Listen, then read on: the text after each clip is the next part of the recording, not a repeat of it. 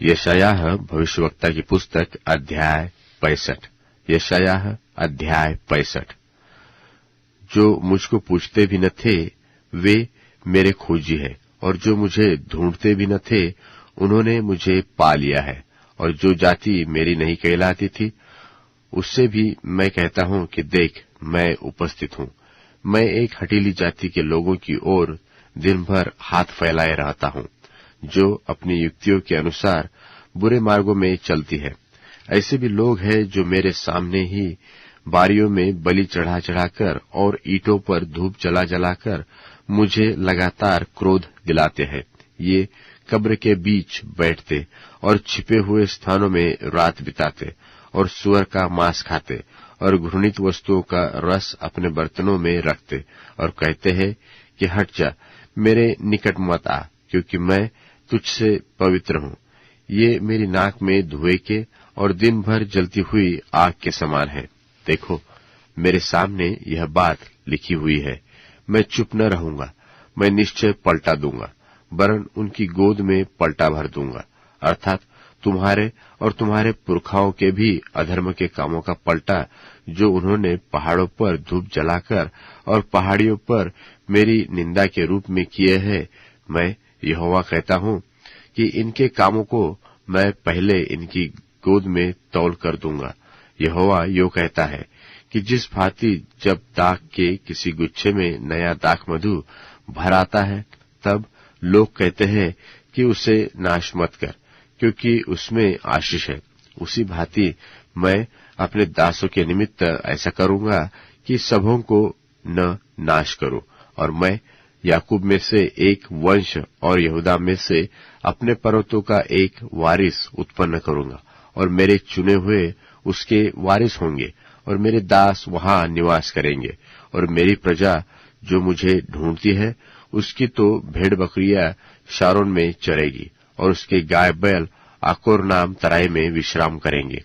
परंतु तुम जो यहोवा को त्याग देते हो और मेरे पवित्र पर्वत को भूल जाते हो, और भाग्य देवता के लिए मेज पर भोजन की वस्तुएं सजाते और भावी देवी के लिए मसाला मिला हुआ दाख मधु भर देते हो, मैं तुम्हें गिन गिन कर तलवार का कौर बनाऊंगा, और तुम सब घात होने के लिए झुकोगे।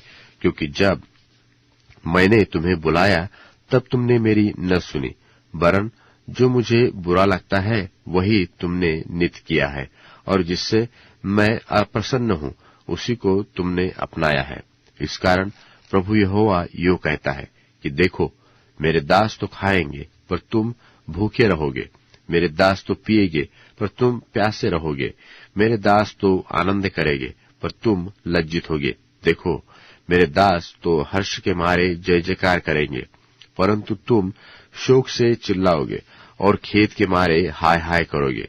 और मेरे चुने हुए लोग तुम्हारी उपमा दे देकर शाप देंगे, और प्रभु यहोवा तुझको तो नाश करेगा, परंतु अपने दासों का दूसरा नाम रखेगा। तब सारे देश में जो कोई अपने को धन्य कहेगा, वह सच्चे परमेश्वर का नाम लेकर अपने को धन्य कहेगा।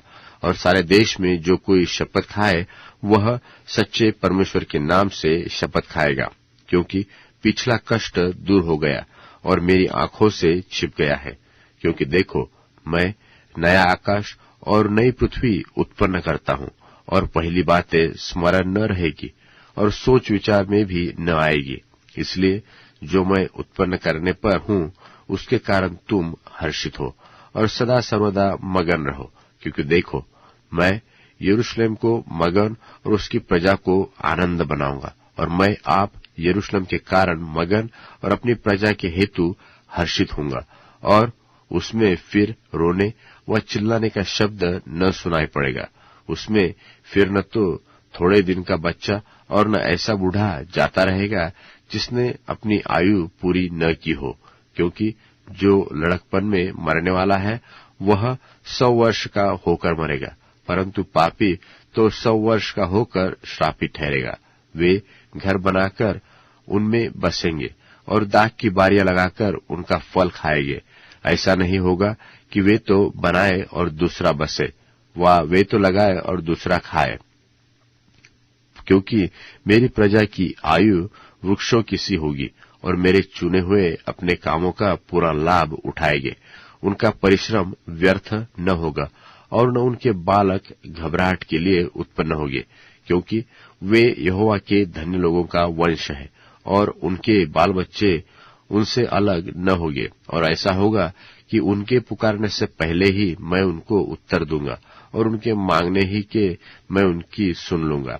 भेड़िया और मेमना एक संग चरा करेंगे और सिंह बैल की नाई भूसा खाएगा और सर्प का आहार मिट्टी रहेगा। मेरे सारे पवित्र पर्वत पर न तो कोई किसी को दुख देगा और न कोई किसी की हानि करेगा। यहोवा का यही वचन है।